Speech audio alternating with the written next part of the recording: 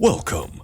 In this video, we are going to show you the new Exynos boot repair procedure, which is available from EUB mode. You may start this procedure in two different ways. The first method is to use the auto detect mode, where you can connect this device using test point, while Chimera recognizes the phone. This auto detection mechanism does not work on all models, so instead we have a new alternative method called the device wizard. By using this panel, you can select your phone model from the list, which will create a virtual device. Now you can select the desired procedure by clicking on it. On the panel, you need to provide compatible firmware. Then, press Start. Chimera will ask you to connect the phone using test point. Once you have connected the phone, Chimera will begin working on it. After the procedure is finished, the phone will be booted into download mode, from which you will be able to use the available procedures. To fix a bricked phone, you need to perform a firmware update procedure. Thank you.